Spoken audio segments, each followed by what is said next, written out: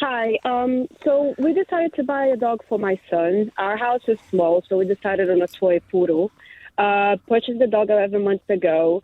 The Toy Poodle is supposed to be a maximum or average 11 inches height on the shoulder, and the dog is now 17 inches height, so it's not even like 1 inch off. The dog is quite bigger than what we expected. I contacted the breeder.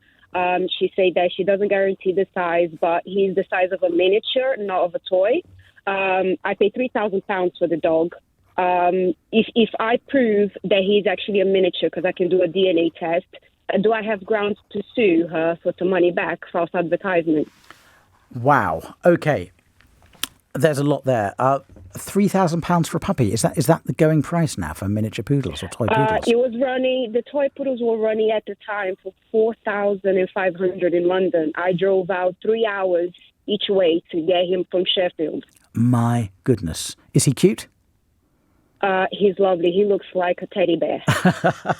All right, so the legal position. We keep the cat as a teddy bear, but he's quite bigger than what we expected, and yeah. I think she takes advantage that we fall in love with the puppies, and she continues to advertise as a toy. And, Do toy poodles cost more than miniature poodles?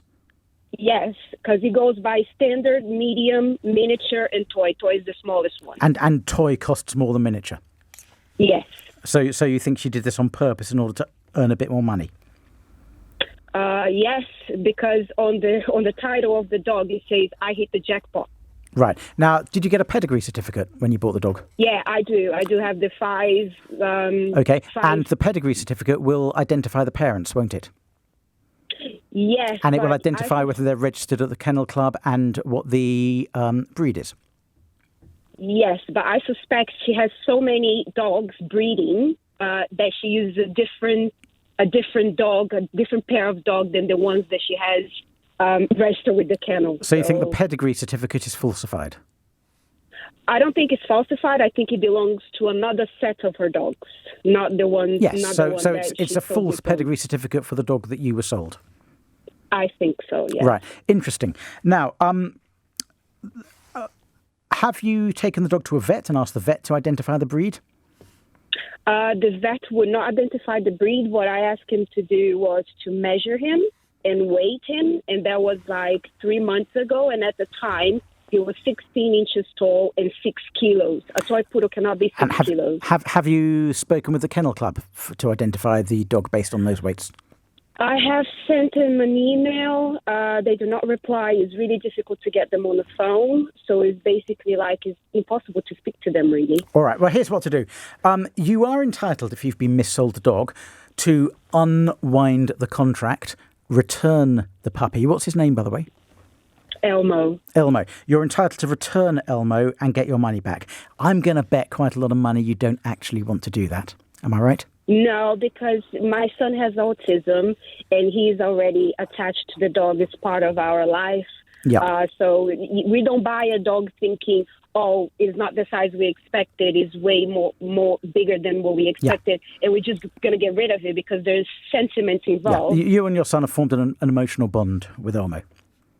Yes. Yeah. So option number one, which is return the dog and get your money back, isn't an option.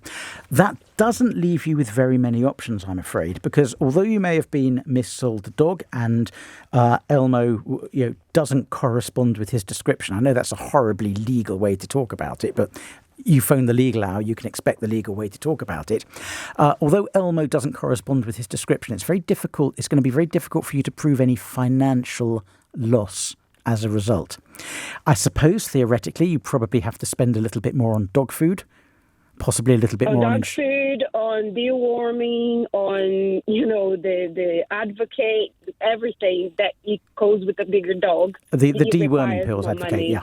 Yeah, I use them as well. Not for me, clearly. And so there are some additional costs there.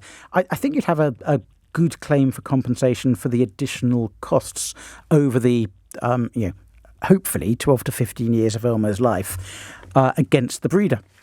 If you can show you were missold the breed and the costs of having a larger dog are more than the costs of having, a toy poodle. There's another matter as well. You said this breeder had several litters. If a breeder has more than 3 litters a year, they're required to be registered with the local authority. And it might be worth you contacting the local authority and asking them to investigate the breeder and possibly seeing if they'll revoke the breeder's licence for mis-selling dogs. It won't get you anything, but it might make you feel a little bit better, Mary. It's more about the principle because I was willing to pay the amount that we paid for the dog, but I think that she takes advantage of people because they fall in love with the puppies. They are wonderful. They are beautiful puppies that she sells. So people just let it go, and I think out of principle, I wanted to do something to make her stop. Well, small claims court and claim the additional cost of the food and the worming pills and any other additional costs that you'll incur over the next 12 years. She won't do that again, or she'll be much less likely to do that again.